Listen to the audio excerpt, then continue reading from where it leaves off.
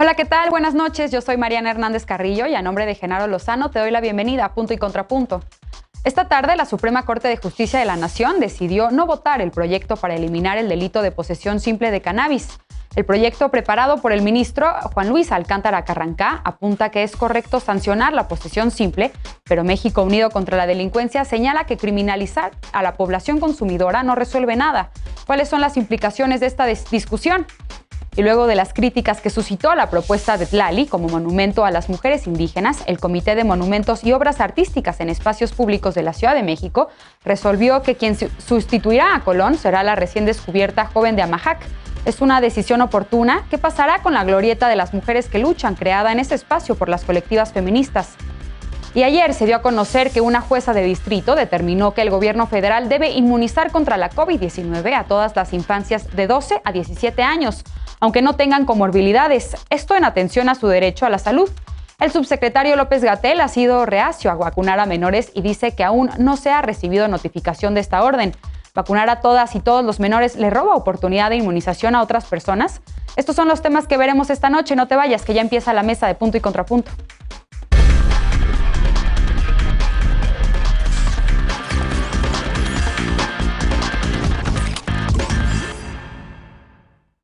Aunque estaba programado que esta tarde la Suprema Corte de Justicia de la Nación discutiría si la posesión simple de cannabis es o no delito, el Pleno del Máximo Tribunal decidió dejar el asunto en listas. Es decir, se resolverá la próxima sesión. El caso surge de una demanda de amparo presentada en 2018 por México Unido contra la Delincuencia, quien señala que la posesión simple criminaliza a las personas consumidoras y contradice la anterior resolución del Máximo Tribunal, quien reconoció que el consumo de cannabis se encuentra protegido como parte del derecho al libre desarrollo de la personalidad. Veamos en contexto.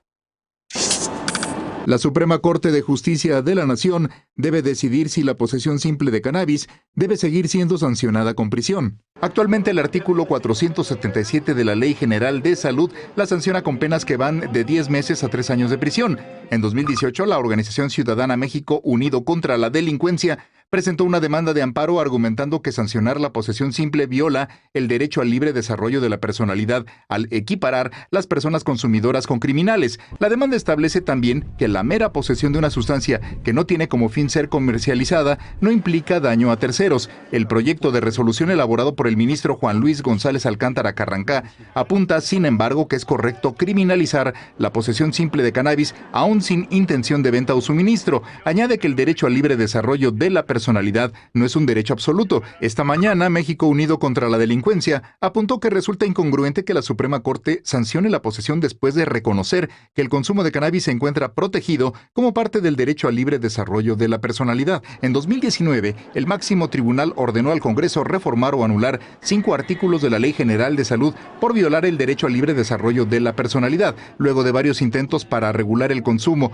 Desde el legislativo, en junio pasado, la Suprema Corte eliminó la prohibición absoluta al consumo adulto de cannabis. Esta decisión no eliminó las sanciones penales al consumo de cannabis ni estableció reglas de mercado. Punto y contrapunto. Y para debatir esta noche nos acompaña como cada lunes y miércoles Lisa Sánchez, directora general de México Unida contra la Delincuencia. Muy buenas noches, querida Lisa, ¿cómo estás?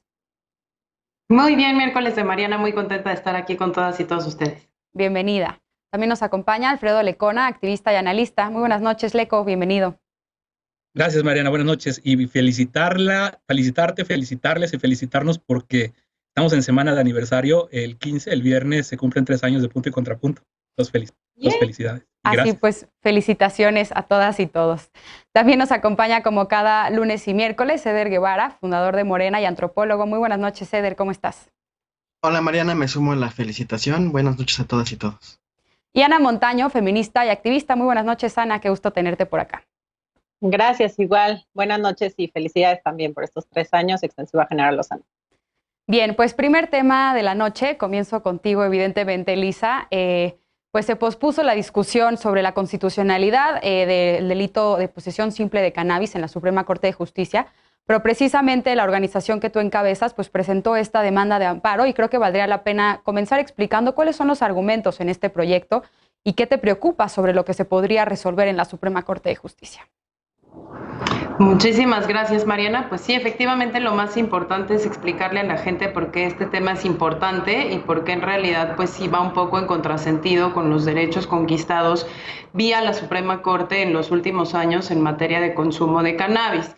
Lo primero es decir que la Corte lo que iba a decidir hoy no es si la posesión simple debe o no ser delito, sino si el delito de posesión simple de cannabis es constitucional. Le queda, por supuesto, al legislador, a las legisladoras definir si lo eliminan del Código Penal o no. Pero ¿por qué esto es importante? Vamos a ver, desde 2015 hasta este año, hasta 2021, la Corte juntó una serie de resoluciones en donde analizó si efectivamente prohibir el consumo de cannabis y el derecho a las personas a solventarlo al final del día ya con un permiso del Estado era constitucional o no, y resolvió que no era constitucional porque justo no era una manera idónea de proteger a las personas consumidoras y no consumidoras. ¿Por qué? Pues porque en prohibición se generaba un mercado negro que exacerbaba la violencia y los daños a la salud, pero además porque la cannabis es una sustancia que comparada con otras actividades o con otras sustancias legales no genera daños a la salud mayores que, por ejemplo, el consumo de tabaco o el consumo de alcohol.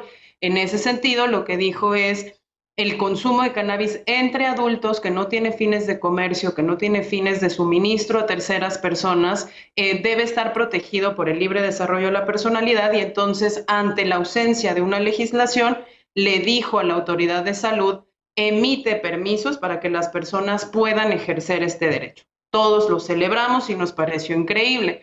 El problema es que para poder ejercer ese derecho, para que yo pueda consumir mi gramo de marihuana o lo que yo quiera de cantidad de marihuana, pues tengo que poder tener conmigo la sustancia, tengo que poder poseer la sustancia. Y hoy en día nuestras leyes penan esa posesión de sustancias prohibidas, pese a que la cannabis ya dijimos que ya no está terminantemente prohibida en la Ley General de Salud, sí, con cárcel. ¿Cuál es el problema de penarlo con cárcel? Bueno, uno, ni las leyes ni la severidad de las penas determinan los niveles de consumo. Eso es una falacia, es uno de los argumentos del proyecto. Pero dos, pues si ya diste libre desarrollo de la personalidad como un derecho y dijiste las personas van a poder tener un permiso de consumo, lo que estamos peleando es que entonces esa posesión no se sancione con cárcel. Una precisión bien rápida, esto no quiere decir que las autoridades se vayan a quedar sin otros tipos penales con los cuales perseguir el tráfico ilícito de sustancias. Sí. ¿Por qué? Porque existe la posesión con fines de venta, el comercio, la posesión con fines de suministro gratuito. Hay otros 10 tipos penales que sirven para eso. Pero sí le quitaría la posibilidad a las policías de que aquellas personas que ya tienen el derecho al libre desarrollo de la personalidad no sean perseguidas para verificar si tienen permiso o no. Y dos, le quitaría la posibilidad a los agentes estatales de incurrir en extorsiones de personas consumidoras, que eso es lo que hacen. Bien. O, más grave, usar el delito de posesión simple para encarcelar gente cuando no le pueden probar otro delito. Entonces, la autoridad tiene que actuar cargándole a la gente los delitos que sí cometió, y en particular, posesión simple de cannabis sin afectar a terceras personas, no tendría que ser constitucional en concordancia con las otras resoluciones de la Corte.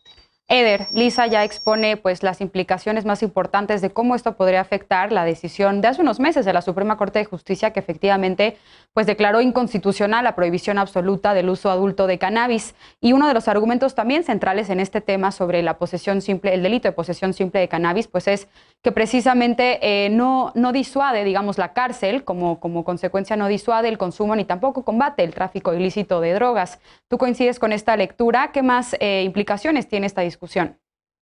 Sí, yo creo que es un retroceso, como lo plantea Lisa, es un retroceso que además contiene muchas contradicciones con las victorias ya logradas, pero toda posibilidad de retroceso en lo poquito que se ha avanzado en cuestión del libre desarrollo de la personalidad, específicamente con el tema de cannabis, es responsabilidad directa del Poder Legislativo.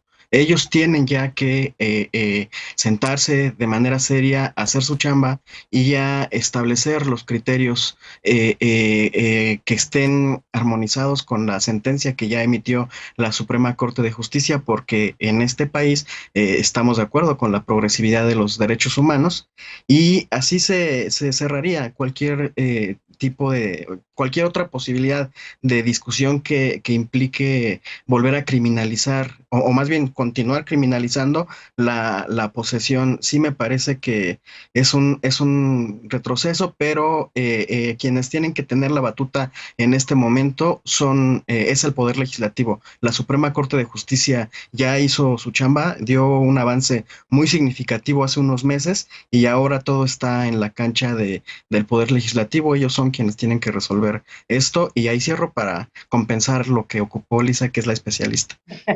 Bien. Perdón. Alfredo, No. Alfredo, ¿qué más te preocupa a ti sobre esta decisión? Pues también, dependiendo de lo que se resuelva en la Suprema Corte, si esto podría, digamos, sentar un precedente para cómo se catalogan o cómo se penalizan o criminalizan también la posesión de otras drogas en el futuro. Sí, claro. Bueno, aparte de coincidir, por supuesto, con lo que han planteado Lisa y Eder, yo creo que la sentencia o el proyecto de resolución del ministro González Alcántara es una verdadera obra del realismo mágico, porque podríamos explicar muy bien en dónde estamos parados y paradas en la materia, explicando que México es un país en el que, como ha explicado Lisa, pues consumir marihuana no está penado, vamos avanzando hacia que sea una posibilidad, pero poseerla o sembrarla para consumirla, para esa actividad que no está penada, pues sí lo está. Entonces, ese divorcio que hay entre el derecho y la realidad creo que afecta mucho suele afectar mucho a los derechos humanos. Habla de una desconexión entre, como se ha dicho, lo que se acaba de aprobar hace poco, que aquí celebramos, con lo que ahora se quiere replantear. Y yo pienso, cuando hablamos de posesión simple y de esta desigualdad entre quienes pagan penas por cometer este delito y quienes no las pagan, pues pienso dos casos así rapidísimos. Aquella persecución extraña que vimos o este cruce extraño que hubo hace unos días de unos militares mexicanos que pasaron la frontera, que a uno se le encuentra ya detenido del lado de Estados Unidos una pequeña cantidad de marihuana para uso personal y pues lo que nos dice Sedena es que pues fue amonestado, ¿no? Está bien, pero digo, es el nivel de ridículo de la guerra contra las drogas. O la secretaria de Gobernación, que como sabemos, como se sabe, tiene ahí ese churrito de marihuana que le regalaron en una comparecencia hace un par de años, me parece. Entonces, digo, hay que entender, hay que analizar este tema desde el privilegio que tenemos quienes consumimos sin ese riesgo, que podemos poseer esto, o quiero ser enfático y quiero decirlo, que podemos poseer esto sin ninguna implicación, y las personas en las colonias marginadas, las personas en un país que no solemos voltear a ver que están pagando todo estos estigmas, toda esta criminalización, todos estos abusos por parte de policías, por parte de gobiernos que han usado la posesión de marihuana para estigmatizar, atacar y quitar libertades. Ana, Lisa ya decía en su intervención, pues, cómo de aprobarse este proyecto, cómo esto podría, digamos, obstaculizar todavía más los permisos que debería otorgar la COFEPRIS para el consumo adulto de cannabis, de acuerdo con lo que la Suprema Corte ya determinó en junio. ¿Qué más te preocupa sobre este tema? ¿Cómo lo ves tú? Bueno, primero yo pensaba también cederle mi tiempo a Lisa, porque obviamente ella es la experta. Justo hace unos meses, con esta decisión de la Suprema Corte, me acuerdo que ella celebraba que estaba a punto de jubilarse, pues resulta, mi querida Lisa, que todavía no es momento. Porque, bueno, efectivamente esta decisión, o más bien este proyecto de resolución que se está presentando en la Corte, no solo va en contra de lo mismo que había hecho la Corte sobre ese tema, sino va en contra de esta tendencia que ha tenido en los últimos meses la Corte, presidida por el ministro Arturo Saldívar, de pues un enfoque mucho más, digamos, con mucha más preponderancia de la garantía de los derechos humanos de las personas, ¿no?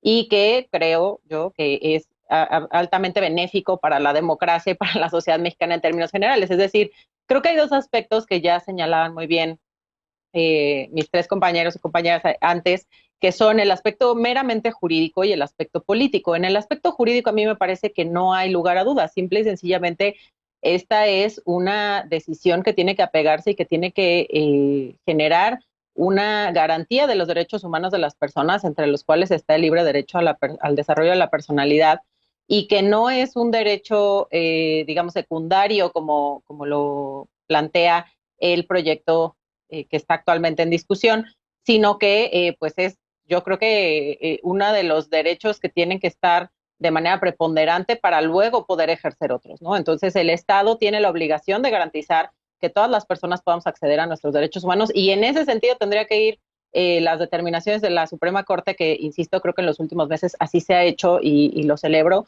pero pues en este caso la verdad es que es muy extraña este sentido de la resolución, insisto, tanto respecto a decisiones previas de la Corte como a esta tendencia e inercia que ha tenido en los últimos meses. Yo esperaría que este tema de que la pospusieron para después en la discusión, pues quiera decir que no hay un consenso sobre el proyecto original y que va a tener algunas modificaciones. Ojalá que sea el caso y que efectivamente, mira, yo creo que también la solicitud de la Corte para el Congreso para que legisle en estos términos viene desde 2019, es decir, hace unos meses se ratificó y se estableció un nuevo criterio, sí, pero llevamos más de 2 años con esto en pausa y eso es la urgencia. Sí, la Suprema Corte, ojalá, digo, porque si pone este precedente sería más difícil la legislación, pero yo creo que también donde tendríamos que estar poniendo toda la atención es en que esta legislatura por fin apruebe un proyecto de iniciativa que sea verdaderamente en favor de los derechos de las personas consumidoras y para evitar la criminalización por su uso, ¿no? Por su consumo adulto. Y que verdaderamente regule el mercado de cannabis en México. Bueno, Lisa, pues todos te cedieron un poquito de su tiempo, así que adelante, tenemos todavía un minuto. Es una precisión muy rápida. Creo que el valor de la decisión de la Corte, aunque estoy de acuerdo con mis compañeros en que quien tiene que decidir los puntos finales sobre la legislación es evidentemente el Congreso, es justo que tiene la posibilidad de corregirle la plana al Congreso. Recordemos que en todas las iniciativas que se presentaron sobre el tema de regulación de cannabis, en ninguna se eliminaba el tipo penal de posesión simple, y eso era particularmente problemático porque le íbamos a dar el negocio a las empresas y le íbamos a seguir dando, perdón por la expresión, pero con los palos a la gente y amenazándola con toda la posibilidad de castigo, de cárcel, de presentación en Ministerio Público, de arrestos en vía pública. Y eso es lo que, si la Corte declara inconstitucional ese tipo penal, es algo que va a obligar al Congreso a que esa legislación pues fortalezca o reoriente a que las policías persigan el tráfico, pero dejen de hostigar a la gente con la posesión de menos de 5 gramos de cannabis o de 6 gramos o de 7 gramos cuando no hay venta, cuando no hay comercio, cuando no hay suministro a terceros y esa posesión es meramente para el uso personal, sobre todo si ya se autorizó que haya permisos y ya se le dio al Congreso la orden de legislar. Bien. Pues vamos a estar muy pendientes de lo que resuelva la Suprema Corte efectivamente sobre este tema. Por lo pronto tenemos que ir a una pausa, porque la escultura La Joven de Amahac sustituirá finalmente a Cristóbal Colón en el Paseo de la Reforma. La jefa de gobierno, Claudia Sheinbaum, dijo que hablará con las colectivas feministas para encontrar otra ubicación para la glorieta de las mujeres que luchan. Veremos qué opinan las y los panelistas de esta noche sobre el tema al regresar a Punto y Contrapunto. No te vayas.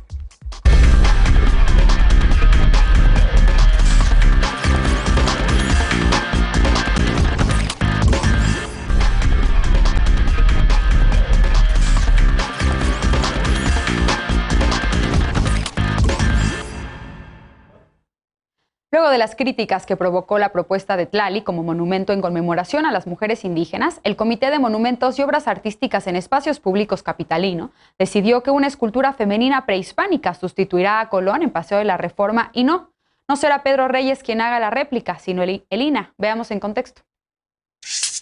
La Joven de Amahac sustituirá a Cristóbal Colón en Paseo de la Reforma. Este martes, la jefa de gobierno de la Ciudad de México, Claudia Sheinbaum, dijo que el Comité de Monumentos y Obras Artísticas en Espacios Públicos tomó esta decisión tras analizar la petición de mujeres indígenas. La escultura de la Joven de Amahac fue descubierta en enero pasado en la comunidad de Hidalgo Amahac, en Veracruz, y se cree que representa a una joven mujer de élite o gobernante debido a su postura y vestimenta. La pieza original está exhibida en el Museo Nacional de Antropología y el Instituto Nacional de Antropología e Historia realizará la réplica que será colocada en Avenida Paseo de la Reforma. En tanto, la escultura de Colón será reubicada al Parque América en Polanco. La figura de Colón estuvo 143 años en Reforma y fue retirada en octubre de 2020, según se dijo entonces, para recibir mantenimiento. movimiento. El pasado 10 de septiembre, la jefa de gobierno informó que sería sustituida por la cabeza de Tlali, una representación inspirada en las cabezas olmecas a cargo del artista Pedro Reyes, como reconocimiento a los pueblos indígenas. 15 días después del anuncio, el pasado 25 de septiembre, la colectiva antimonumenta Vivas Nos Queremos renombró el espacio como Glorieta de las Mujeres que Luchan, en honor a quienes han enfrentado violencia, represión y revictimización.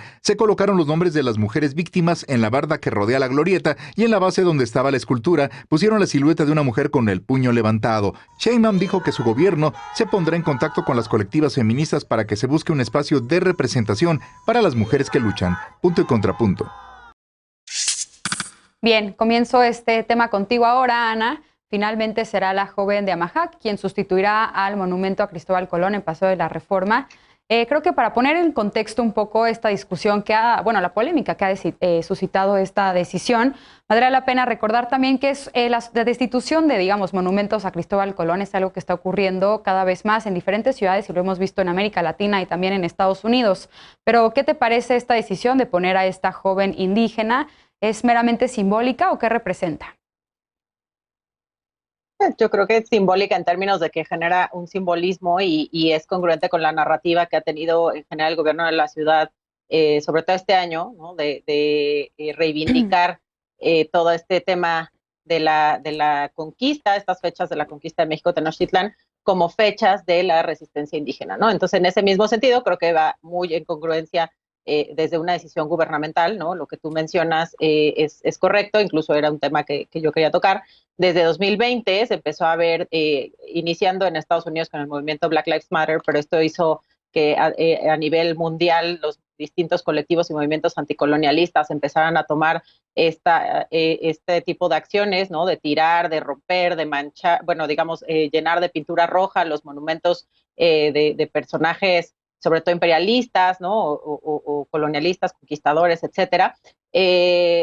Pero bueno, en este caso se hace a partir de una decisión gubernamental, ¿no? Sin dañar, el patrimonio. Bueno, finalmente sí es un patrimonio de la ciudad, y se hace con esta misma narrativa que yo creo que es la que impulsó al gobierno de la doctora Claudia Sheinbaum, que implica que se enaltece la resistencia indígena que ha tenido lugar en nuestro país durante los últimos 500 años, ¿no? Desde que llegó esta visita, ¿no? de Cristóbal Colón primero y de Hernán Cortés después.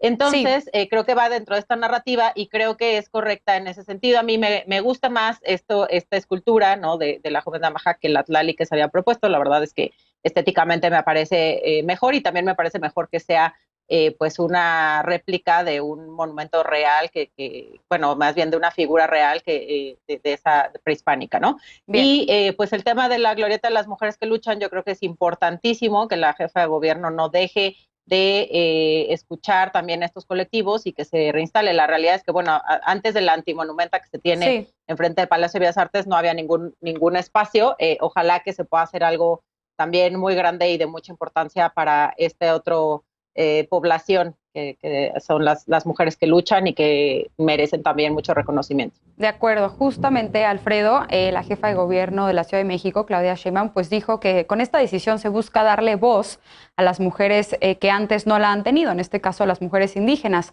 Pero como ya dice Ana, pues también hay otro grupo de mujeres que también requieren ser escuchadas, y precisamente hablo de las colectivas feministas que hicieron y rebautizaron este monumento a Colón como la glorieta de las mujeres que luchan contra la violencia de género en este país. ¿Qué decir de esta decisión? ¿Cómo la ves?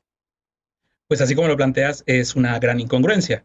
Yo la única congruencia que sí veo en el gobierno capitalino y en el gobierno federal es esta tendencia por borrar, por invisibilizar, por ocultar la protesta legítima, la digna rabia que han expresado las mujeres en un país donde, recordemos, se llegan a cometer hasta 11 feminicidios al día. Lo vimos ya cuando el pasado 8 de marzo, en el contexto de la movilización del 8M, se puso este muro de vallas metálicas frente a Palacio Nacional, que las mujeres llegaron ahí a convertirla en un memorial, y el gobierno lo retiró. Ahora lo que estamos viendo en la antigua glorieta de Colón es más o menos lo mismo, sino que muy similar, sino es que algo muy similar. Hay que decirle a la jefa de gobierno que esa antigua glorieta de Colón ya no existe, ya tiene hoy por hoy una escultura, ya tiene hoy todo un memorial construido alrededor, desde el último fin de semana de septiembre, cuando las mujeres hicieron esta protesta legítima y rebautizaron la glorieta como glorieta de las mujeres que luchan. Hay que recordarle a la jefa de gobierno que estamos en una ciudad que su constitución reconoce ese derecho a la ciudad como ninguna constitución en el país. En el artículo 12 habla claramente que la Ciudad de México garantiza el derecho a la ciudad y que consiste en el uso y el usufructo pleno y equitativo de la ciudad, y que, por cierto, es un derecho colectivo que garantiza el ejercicio pleno, estoy leyendo la Constitución, de los derechos humanos, la función social de la ciudad, su gestión democrática y asegura la justicia territorial, la inclusión social y la distribución equitativa de bienes públicos con la participación de la ciudadanía. Pienso que desde que se tomó la decisión de retirar la escultura de Cristóbal Colón, tuvo que haber empezado un proceso de consulta y de participación ciudadana, sobre todo si lo que se quería dar es una representatividad a los pueblos originarios, sí, con los pueblos originarios, cosa que no está sucediendo. No entiende este gobierno de memoria, no entiende este gobierno la diferencia entre memoria e historia, entre Bien. Lo monumental y lo memorial. Ahorita decía Ana que está más estéticamente es más bonita que hay que dar un espacio más grande. No, hay que respetar lo que han hecho las mujeres en su libertad de expresión, lo que han dejado ahí, y eso es lo primero que tendría que hacer un gobierno que se dice de izquierda, un gobierno que se dice progresista, reconocer esa digna rabia y garantizar ese derecho a la ciudad, en este caso a mujeres que ya se apropiaron de ese espacio público, que es de la ciudadanía, no es de la jefa de gobierno, no es del INAH y no es del gobierno. Eder, ¿contrapunto o cómo ves esta medida? Y si crees que debería de ir, digamos, acompañada de otras acciones para reivindicar y garantizar efectivamente los derechos de las mujeres indígenas, por lo menos aquí en la Ciudad de México. A ver, el conmemorar significa construir memoria colectivamente.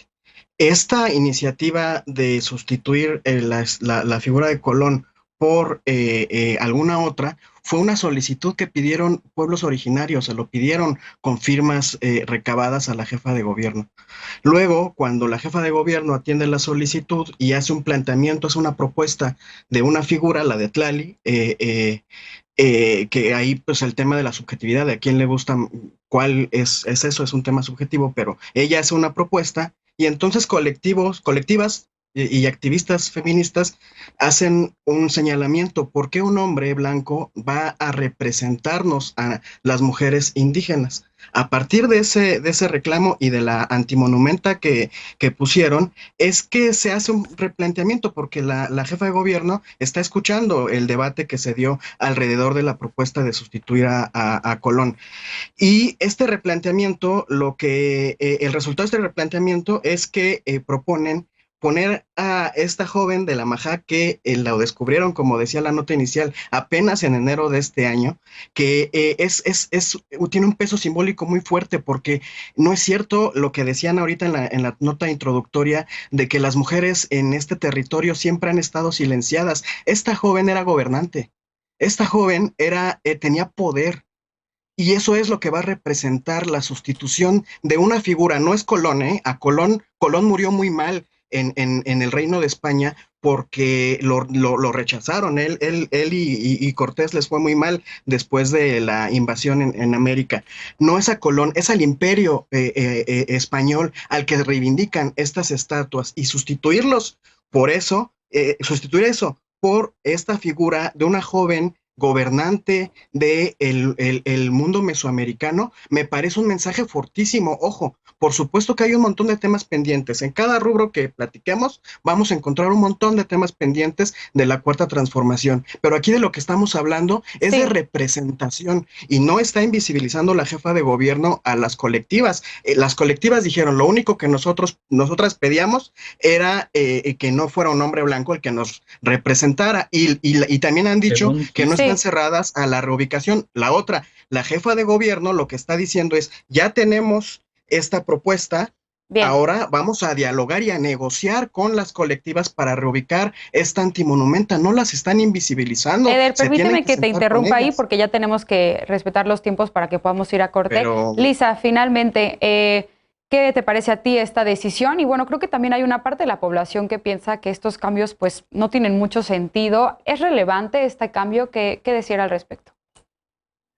A ver, simbólica y narrativamente yo creo que todas las decisiones de gobierno son relevantes, incluidas las que implican mover ciertos espacios o rehabilitar ciertos espacios o reformar ciertos espacios. Creo que aquí la única cosa que nos está quedando pendiente en la mesa es que sí hay un cierto desazón por parte de las mujeres vivas de hoy que se sienten parte de comunidades indígenas, pero que no se sienten representadas por, digamos, como la clásica figura de las culturas prehispánicas, ¿no? Y creo que ese fue un reclamo no solo que se dio con Tlali, sino que se puede volver a suscitar con esta nueva figura, porque parecería, y esa es la crítica que ellas hacen, que todos los gobiernos, no estoy hablando ni siquiera en específico de este, cada que dicen pueblos indígenas recurren a las culturas prehispánicas, recurren a las figuras arqueológicas, recurren a los tesoros que se han ido encontrando en las distintas ruinas, ¿no? Y sitios arqueológicos que hemos encontrado, y ahora estamos hablando de la réplica de una de ellas que está en el Museo de Antropología, y creo que esa discusión es válida. Entonces, mi único punto es a todas estas decisiones de reubicar, de rehacer, de resignificar, de conmemorar, tendrían que estar pues un poco más acompañadas con ese diálogo, justo para que no haya el rechazo de la comunidad de sus propios espacios públicos, porque trayéndolo hacia, digamos, mi turf, que es el tema de seguridad, una de las razones por las cuales se rompe el tejido social, se desgarra el espacio público, se rompe la apropiación de las personas sobre su espacio público, es justamente la ausencia de consulta. Entonces, si es esta o es otra, si es reubicación de Colón o del Antimonumenta, creo que lo único es, tenemos que escuchar a todas esas voces. Y hoy por hoy parecería que las mujeres indígenas no se sienten representadas con la idea de una figura prehispánica. Entonces, creo que no se va a acabar aquí la discusión, aunque pues evidentemente tendrá que decidirse por uno o por otro. Bien, lamentablemente ya no tenemos tiempo para réplica porque se nos fueron los minutos de este bloque y tenemos que hacer una pausa. Una jueza de distrito determinó que el gobierno federal debe inmunizar contra la COVID-19 a todas las infancias de 12 a 17 años. Las autoridades dicen que no tienen aún la notificación formal de esto. Recibir la vacuna debería ser un derecho para todas y todos. Regresamos con esto, punto y contrapunto, no te vayas.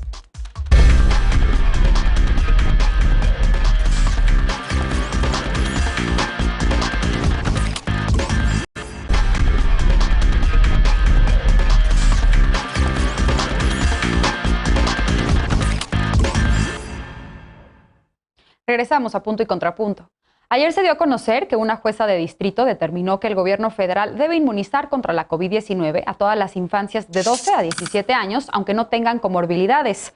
Recordemos que desde junio de este año, el gobierno federal aceptó aplicar Pfizer, la única vacuna avalada hasta ahora para menores, pero solo a quienes tienen otras enfermedades que aumentan su riesgo de sufrir los efectos graves de esta enfermedad, como diabetes, obesidad grave, hipertensión, asma y tumores malignos. También contempla a quienes tienen síndrome de Down, VIH o están embarazadas de este rango de edad. Hasta ahora se reportó que 23,000 menores han recibido la vacuna y se espera que en total 1 millón se registren en todo el país para recibirla. Pero el pasado 8 de octubre, tras la presentación de una demanda de amparo para una joven de 15 años sin comorbilidades, la jueza no solo determinó que debía ser inmunizada por ser población vulnerable ante la variante Delta al no estar vacunada, sino que determinó que todas y todos los menores de 12 a 17 años deben de ser inmunizados para no vulnerar su derecho a la salud. La jueza ordenó a las autoridades federales incluir a este sector de la población en la estrategia de vacunación que empezó en diciembre de 2020 y se planea terminar en marzo de 2022. Ayer mismo, el subsecretario de Prevención y Promoción de la Salud, Hugo López-Gatell, dijo que no han recibido la notificación oficial del juzgado y que cuando la tengan, la analizarán. Bien, último tema de la noche. Comienzo contigo, Eder. Finalmente, pues a través de esta decisión por parte del Poder Judicial, pues se tendrá que incluir a los menores de 12 a 17 años en la Estrategia Nacional de Vacunación contra la COVID-19, aunque veremos y habrá que esperar a ver si la Secretaría de Salud pues impugna esta decisión. Pero, ¿qué te parece esta medida? ¿Finalmente es muy tarde o está bien? No, ni es muy tarde ni es inapelable. Van a analizarla y no creo que, como dices tú, que apele el gobierno federal la decisión, pero tampoco creo que sea un asunto ya juzgado o, como dices, que sea demasiado tarde. Ya abrieron las escuelas en sector en primaria, la educación básica, perdón, ya iniciaron clases y no ha habido brotes significativos de COVID. En el consenso científico mundial mediado por la Organización Mundial de la Salud, se ha dicho que si bien sí ya se puede vacunar a las infancias o a adolescentes, todavía no es una urgencia indispensable. En algún momento va a suceder. En algún momento va a generarse el consenso porque habrá más vacunas especializadas que ya hayan hecho pruebas con infancias y no haya efectos secundarios. Pero mientras eso no suceda, mientras no sea un consenso de la Organización Mundial de la Salud, el gobierno de México ha dicho, esperemos a que haya suficiente evidencia de que ya es necesario proceder a la vacunación. Por ahora la evidencia que hay, no solamente por el consenso científico mediado por la Organización Mundial de la Salud, sino también por la experiencia de la apertura de clases en nivel básico, es que no es un asunto que se tenga que con urgencia masificar el tema de las vacunas a menores de edad. Se les tiene que vacunar a quienes tienen otras enfermedades crónicas. Hoy el presidente de la República anunció una carta que le enviará a la Organización Mundial de la Salud para que agilicen el reconocimiento de otras vacunas que ya demostraron su eficacia y que por motivos geopolíticos están siendo frenadas o por asuntos burocráticos. También planteó que por los mismos motivos geopolíticos hay personas que estamos vacunadas con dosis de Sputnik, etcétera, y no podemos entrar a algunos países del G20, aunque están reconocidas estas vacunas por la Organización Mundial de la Salud. Hay que dar esas batallas para que este proceso de vacunar a las infancias no profundice el problema de la desigualdad de las vacunas en el resto del mundo. Bien. Lisa, ¿tú cómo ves esta decisión? Pues el debate sobre la vacunación de las infancias a nivel mundial sigue, desde luego, pero también pues vemos ejemplos en América Latina, en nuestra región de países como Chile y Uruguay, que ya están vacunando a las infancias, y otros países también de América Latina a infancias con comorbilidades. Pero ¿qué decir de esta decisión para México? ¿Cómo podría esto, digamos, cambiar la estrategia de vacunación en nuestro país?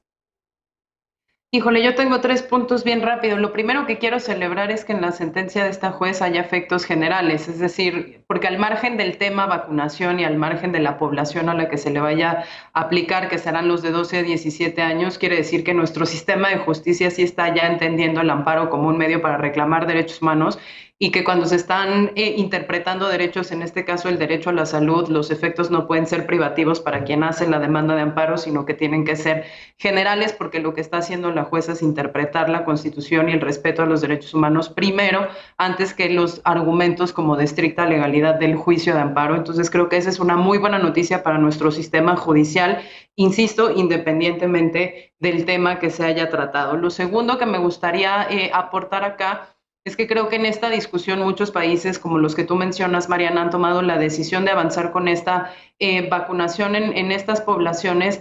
Es cierto lo que dice Eder, sin demasiada evidencia científica, porque en un inicio para todas las farmacéuticas los niños no formaban parte de los grupos de control, pero lo están haciendo frente al riesgo aumentado que significa la mutación tan rápida del virus y el esparcimiento de nuevas variantes. Y Brasil lo vio con una variante muy específica, India lo vivió, nosotros de alguna manera también la tercera ola la vivimos gracias justamente a la propagación de la variante Delta. Entonces no es una decisión fácil, pero creo que también se tiene que sopesar eso. Y tercer punto que me parece sumamente importante es que en un país como México, que tiene tanto embarazo adolescente, una de las cosas que sí está en las guías de vacunación de la OPS, de UNICEF, de la Organización Mundial de la Salud, pues es que hay que poner especial atención en las niñas y en las adolescentes que evidentemente por el patriarcado, por la violencia de género, por muchísimas razones, terminan embarazadas antes de que ellas mismas puedan decidir interrumpirlo, o muchas veces en contextos en donde no pueden. Entonces yo lo único que pondría aquí es sopesar que ese grupo en particular sí va a necesitar ser prioritario independientemente de que se recurra o no se recurra a la sentencia. Y con esto que dices, Lisa, retomo un poco lo que decías al inicio sobre los efectos generales de esta decisión por parte de este juzgado de distrito, y que hace algunas semanas, pues curiosamente, el subsecretario de Salud, Hugo López-Gatell, precisamente decía que le parecía, o él calificaba como desconsiderado que las familias que estaban presentando las demandas de amparo lo hicieran de alguna manera buscando una respuesta individual a un problema colectivo, y ahora vemos pues que la respuesta llegó de manera colectiva, digamos, a un problema que sí, desde luego, no nada más es para una persona, sino para todas las infancias de nuestro país. Ana, ¿tú cómo ves esta decisión? ¿Qué implicaciones encuentras? Justo creo que este debate de la individualidad contra la colectividad, digamos, en una pandemia de las características que tiene la de COVID-19, es súper relevante y es lo que nos tendría que tener como justo en el centro de la conversación y lo que tiene que tener a los gobiernos, digamos, como elemento más importante de la política pública. Yo creo que ahí es donde hay que separar. Por supuesto que las personas y las infancias y las adolescencias tienen derechos de manera individual a acceder a cualquier esquema de salud. Sin embargo, un Estado, ¿no?, como mencionaba hace rato, que tiene la obligación de garantizar los derechos humanos de las personas, tiene que tener, es decir, no podría negar el derecho al acceso a la vacuna, pero también creo que intentar imponer que esté dentro de la Estrategia Nacional de Vacunación y como una prioridad a ciertas poblaciones que probablemente las atiendan de manera posterior por esta serie de características que tiene particularmente la pandemia de COVID-19, creo que ahí es donde está la diferencia. Yo estoy de acuerdo, por supuesto, con que mientras se vaya avanzando, y también hay que decirlo, o sea, las decisiones que se toman en los organismos internacionales y sobre todo en los nacionales respecto a las posibilidades o no es decir, o a las garantías que tienen o no ciertas vacunas, tienen mucho que ver con intereses no nada más científicos, sino políticos y comerciales, como lo vemos con la aceptación o la no aceptación de vacunas como Sputnik o CanSino a nivel mundial, o con esta lógica de que solo Pfizer se puede aplicar a personas menores de 18 años, ¿no? Entonces, también creo que es importante no perder de vista que ese elemento está ahí y que es, yo creo que obligación de las autoridades sanitarias, por lo menos a nivel local, entenderlo de esa manera. Y también yo lo vería que el registro de menores con comorbilidades que se abrió el 1 de octubre en nuestro país lleva apenas 23,000 registros de 1 millón que se esperaban. ¿Esto qué quiere decir para mí? Pues que la gente en general, por supuesto que hay casos aislados, pero en general no están priorizando la vacunación de las niñas y los niños, porque una cosa es la transmisibilidad de la enfermedad y otra cosa es la probabilidad de que esta se convierta en grave. Y para las niñas y los niños y las adolescencias, mientras la evidencia científica lo que ha señalado es que no hay, la probabilidad de tener un riesgo grave con la enfermedad es infinitamente menor que la que tiene cualquier persona mayor de 18 años. Entonces, estos son para mí los elementos que se tienen que considerar. Por supuesto que esta instancia, que por cierto es la primera instancia del Poder Judicial la que dicta, que los medios lo han dicho como el Poder Judicial tira la Estrategia Nacional de Vacunación y por supuesto que no es el caso.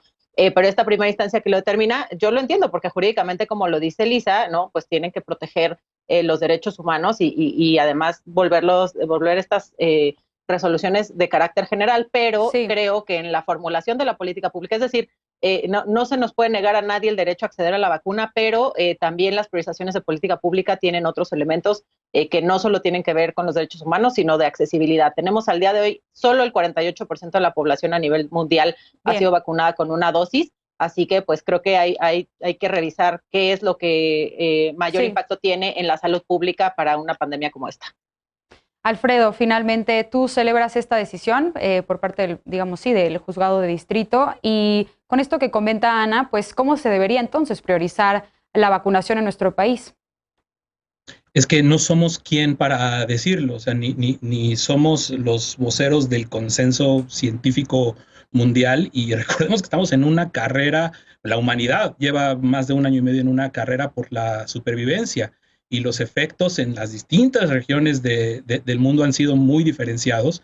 En México tenemos, como lo reveló la revista The Lancet hace un par de meses, México es el país en el que más infancias han quedado, más menores de edad han quedado en situación de orfandad a causa de la COVID. A mí me hace toda la lógica haber visto este proceso desde el planteamiento individual, porque pues, es la figura que hoy se tiene hoy por hoy para orientar cualquier política de gobierno, cualquier acto de autoridad hacia el respeto y la garantía de los derechos humanos. Esa es una cuestión que nadie puede poner a duda. Hace un mes, Miguel Augusto Castañeda, abogado fiscalista, fue el primer papá que logró para sus 2 menores de edad, sus 2 hijos, que se les vacunara. Se ordenó un juez en suspensión concedida al abogado Castañeda, que se vacunara a sus dos menores. Y ojo, ahí hubo de hecho ya un incumplimiento de la Secretaría de Salud y de COFEPRIS, perdón, no, de la Secretaría de Salud para la aplicación de la vacuna, y ya hay ahí una ruta que no tiene mucho tiempo, no está muy despegada de esto que estamos viendo ahora. Y lo importante de lo que acaban de comentar Lisa y tú en esta disertación, que me gusta mucho, yo me quería centrar también en eso, es cómo pasamos de ese amparo individual a este amparo esta concesión que se otorga para efectos generales, porque es una forma muy, muy buena para explicar, muy fácil para explicar cómo cualquier política de gobierno, en este caso la política de salud, pues tiene que estar confrontada en todo momento con o a la luz de la Constitución y de los derechos humanos. Entonces, podemos decir nosotros muchas cosas. El Poder Judicial, que es quien resuelve, quien decide sobre estos asuntos, justo de armonizar realidad con los derechos humanos, está avanzando en esa dirección, y esa es la discusión que nos interesa. Y falso que no hay evidencia ya hay, como se ha dicho acá, en México está aprobada la vacuna Pfizer para los menores de edad. Ya podría empezarse a plantear la política de salud y vacunación Mariana, en adelante, ya a la luz de esta sentencia. Eder, sí, Mariana, vi tu mano levantada. Tenemos solo 10 segundos. Datos específicos. Se abrió ya el proceso de educación básica y no hubo brotes significativos de COVID. Ana nos está diciendo que se abrió el padrón de 1 millón de infancias que podrían vacunar, no se ha completado. Y solamente es Pfizer quien está promoviendo. Déjame hablar, compa. No, solo es Pfizer la que está ahorita certificando la vacunación para infancias. No hay un consenso en las compañías productoras de que ya se puede vacunar. La evidencia es que no es prioritario en este momento vacunar a infancias. Bien, pues desde luego que veremos la implementación de esta medida y si esto tiene alguna implicación o cambios en la estrategia de vacunación de nuestro país, y seguiremos discutiendo el tema en esta mesa. Por lo pronto vamos a una pausa y regresamos ya con la paparrucha, y para despedirnos de las y los panelistas, no te vayas.